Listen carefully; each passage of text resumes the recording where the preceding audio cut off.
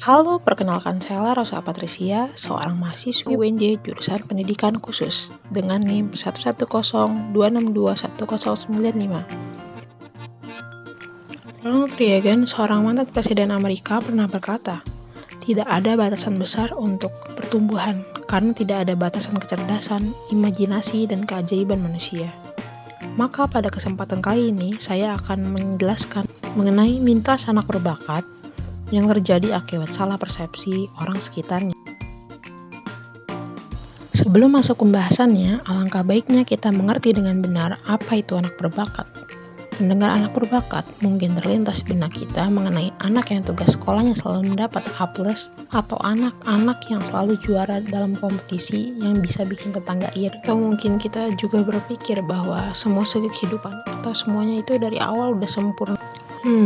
Itu tidak sepenuhnya salah karena faktanya tidak semua anak berbakat dapat mengembangkan bakatnya secara maksimal karena semua itu tergantung pada dukungan baik keluarga maupun lingkungan pendidikan dan sosial. Jadi, apa itu anak berbakat? Anak berbakat menurut Direktorat Pendidikan Luar Biasa pada tahun 2004, anak berbakat merupakan anak yang memiliki potensi kecerdasan, kreativitas, dan tanggung jawab terhadap tugas di atas anak seusianya. Sehingga untuk mewujudkan potensinya menjadi prestasi nyata, memerlukan pendidikan khusus. Beberapa mitos mengenai anak berbakat. Yang pertama yaitu anak berbakat dapat belajar sendiri, sehingga tidak perlu banyak dukungan. Faktanya, anak berbakat atau gifted memerlukan dukungan belajar yang memadai, agar prestasi mereka tidak di bawah potensi yang mereka miliki atau underachiever. Bahkan beberapa anak gifted pada akhirnya tinggal kelas. Penyebabnya bisa akibat dari seorang guru yang tidak tepat menangani kelas di mana salah seorang siswanya gifted, atau bisa jadi juga karena anak memilih atau memutuskan untuk tidak berprestasi agar tetap menjadi bagian pergaulan kawan-kawannya.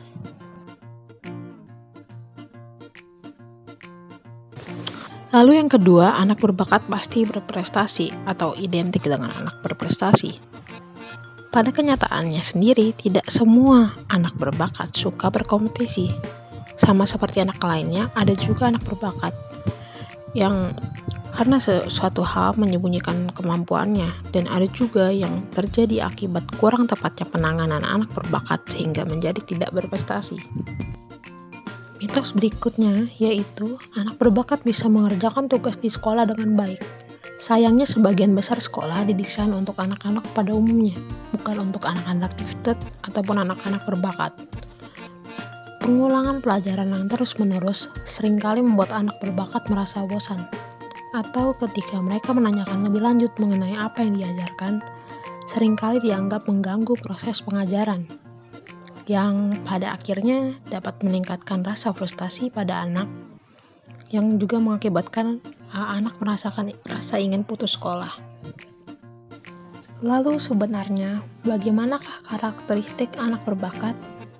Secara umum seperti yang dikemukakan oleh Renzulli pada tahun 1981 di dalam SISK 1987 menyatakan bahwa anak berbakat memiliki 3 kelompok ciri, yaitu 1. Kemampuan kecerdasan jauh di atas rata-rata, yang kedua kreativitas tinggi, yang ketiga tanggung jawab dan tas komitmen yang tinggi.